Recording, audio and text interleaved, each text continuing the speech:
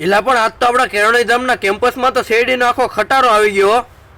તો કેમ છો મારા કલેજાઓ, જયમાં ખોડલ, સ્વાગત છે તમારું ખુશાલની સાથેનો 97મો દિવસ. હવારનાપુરમાં બાબલા જેવા તૈયાર થઈ ગયા, નીકળી જાય ઓફિસે જવા હતું. હમણાં મિત્રો શરદી થઈ ગઈ એટલે થોડાક દિવસ વ્લોગે નહોતા આવતા ને હવારનાપુરમાં કેળવણી ધામનો વ્યૂ એટલે કાંઈ ઘટે નહીં આવતો તો મિત્રો ખાલી એકવાર જોવો તમે. પછી ત્યાંથી આપણે આખો નજર મારીને ત્યાં તો આખો ખટારો શેરડીનો ઠલવતો હતો. એટલે પણ આ બધી શેરડી મિત્રો કેળવણી ધામ વાળા વિદ્યાર્થી માટે આવી, કાંઈ ઘટે નહીં એવી બાકાજીકી બોલાવાની છે. પછી ત્યાંથી આવી જતા આપણે ડાયરેક્ટ ભોજનાલયમાં નાસ્તો કરવા માટે ના કાવ્યભાઈ જોઈ લો બેઠા બેઠા નાની મોટી બાકાજીકી બોલાવતા હતા. આ બધા ભાઈ બંધુએ નાસ્તો તો કરી લીધો હતો પણ આપણે એકને નાસ્તો કરવાનો બાકી હતો એટલે આપણે બધાને વાટે બેઠા હતા. એટલે પણ ભોજનાલયમાંથી નાસ્તો કરીને અહીંયા આવીને જોયું તો અહીંયા મિત્રો નકરી શેરડી જ હતી ને એકવાર અહીંયા હતી તો શેરડી ઉતારતા હતા. બોલો પછી ત્યાંથી પકડી લીધી આપણે 135 નંબરની બસ ને આવી ગયા ડાયરેક્ટ લાલ દરવાજા. ત્યાંથી પકડી લીધી 151/3 નંબરની બસ ને નીકળી ગયા આપણે ઓફિસે જવા માટે. તમે બધા એમ કહેતા છો ઓફિસે મોડો કેમ, પણ મિત્રો આજ ખાલી મીટિંગ હતી ને એટલે મીટિંગમાં જવાનું હતું. પછી ત્યાંથી આવી ગયા ઓફિસની બિલ્ડિંગમાં લિફ્ટ હતી ઉપર. હું કઈ કોણ બોલાવે એના કરતા હાલ્યા જાય. ફાઇનલી આપણે મીટિંગ પતાવી દીધી ને પાછી પકડી લીધી 151/3 નંબરની બસ ને નીકળી ગયા લાલ દરવાજા જવા હતું. પણ લાગુ મિત્રો બાબલા જેવો હે ઘર ભેગું થાને ભાઈ.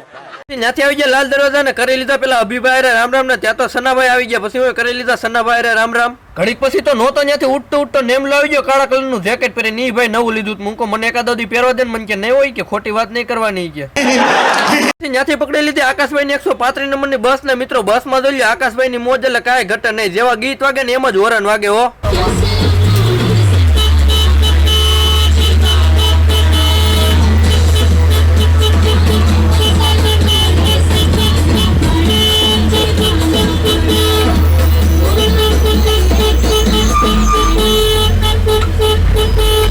પણ મિત્રો બાકાજી કે એટલેમાં કઈ ઘટે જ નહીં. પછી ત્યાંથી આવી જાય આપણે કેડી અને પછી નીકળી જાય નથી જમવાના બાવભાઈ ને જોઈ લો ચાઈટ છીડીએ કઈ ઘટે નહીં એવી કોટ બોટ પહેરીને આટા વીટા મારે છે. હજી તો ત્યાંથી ભોજનાલય કોઈ જતા હતા ને ત્યાં તો કાવ્યભાઈ શેરડી ખાતા પકડાઈ ગયા. હજી તો શેરડી હવારે આવી હતી હવડાવે અટણ બાકાજીકી બોલાવવાનું ચાલુ કરી દીધું હો.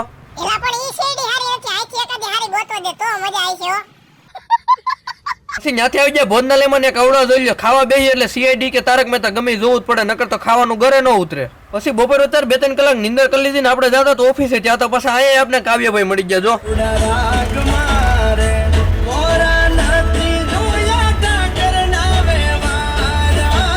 પછી પાછી આપણે ત્યાંથી પકડી લીધી 135 નંબરની બસ ને આવી ગયા લાલ દરવાજા. ત્યાંથી 151 નંબરની બસ માં બેસી ગયા નીકળી ગયા ઓફિસે જવા માટે. પણ આજનું ટ્રાફિક એ મિત્રો કાંઈ ઘટે ને એવું ટ્રાફિક આપણે નડ્યું હતું. પણ મિત્રો એમાં શું હોય આપણે ક્યાંય ઉભું રહેવાનું જ નથી એટલે કે ઓફિસે જ જવું જ જોઈએ ને.